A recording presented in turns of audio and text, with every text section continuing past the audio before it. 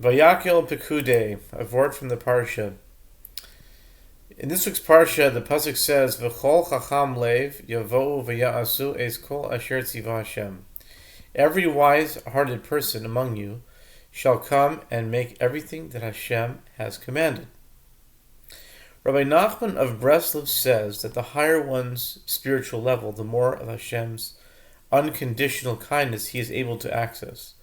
The tzaddik ha'emes, the leading saint of the generation, is able to draw forth so much of those spiritual energies he can sustain the entire world, including wicked people, animals, vegetation, and the rest of creation. When the tzaddik ha'emes studies Torah, those who have no share in the world, no share in the Torah, do not receive their life-sustaining nourishment. They only have access to this sustenance when the tzaddik refracts the light into the physical world through tending to his physical needs. Thus, the existence of the world is dependent upon the intermittent breaks that the tzaddik ha'emes takes from his studies to tend to his physical needs.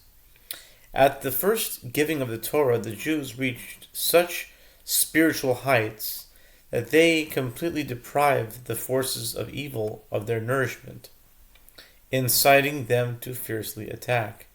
This influenced the Jews to commit the sin of the golden calf.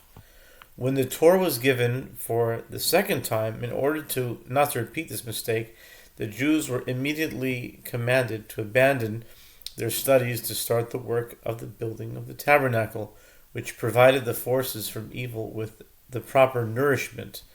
And as the verse says, if your enemy, meaning the forces of evil, is hungry, feed him. If he is thirsty, give him water to drink.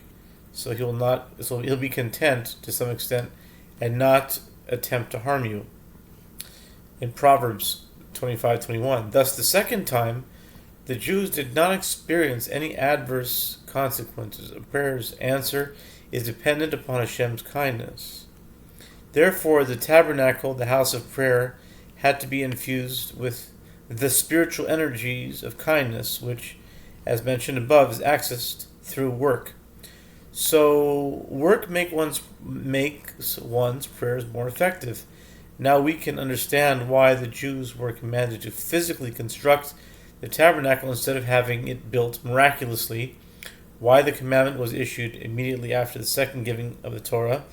Even the manna had to be gathered, which entailed some physical effort and also nourished the forces of evil, keeping them at bay. Have a great Shabbos.